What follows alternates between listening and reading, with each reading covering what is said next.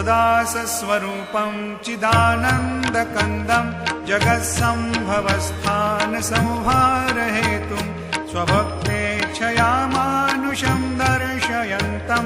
नमामीश्वरं सद्गुरुं सायिनाथं भवद्वान्तविध्वंसमार्तण्डमेड्यं मनोवागतीतं मुनिर्ध्यानगम्यं जगद्व्यापकं निर्मलं निर्गुणत्वां नमामीश्वरं सद्गुरुं सायिनाथं भवाम्भोधिमग्नार्दितानां जनानां स्वपादाश्रितानां स्वभक्तिप्रियाणां समुद्धारणार्थं कलौ सम्भवन्तं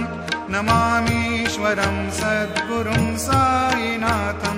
सदा निम्बवृक्षस्य मूलाधिवासात् सुधास्राविणं तीक्तमप्यप्रियन्तं तरुं कल्पवृक्षाधिकं साधयन्तं नमामीश्वरं सद्गुरुं सायिनाथं सदा कल्पवृक्षस्य तस्याधिमूले भवद्भावबुद्ध्या सपर्यादिसेवां ऋणां कुर्वतां भुक्तिमुक्तिप्रदन्तं नमामीश्वरं सद्गुरुं सायिनाथम् अनेकाश्रुता तर्क्यलीलाविलासै समाविष्कृतेशान भास्वत्प्रभावम् अहं भावहीनं प्रसन्नात्मभावं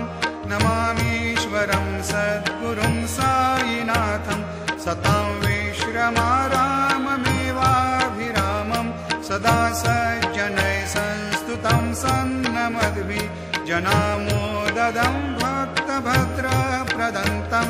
नमामीश्वरं सद्गुरुं सायिनाथम् अजन्माद्यमेकं परब्रह्म साक्षात् स्वयं सम्भवं राममेवावतीर्णं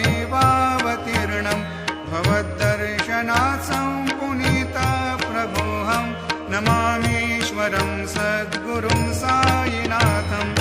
श्रीसायीशकृपानिधेऽखिलनृणां सर्वार्थसिद्धिप्रद युष्मत्पादरजप्रभावमतुलं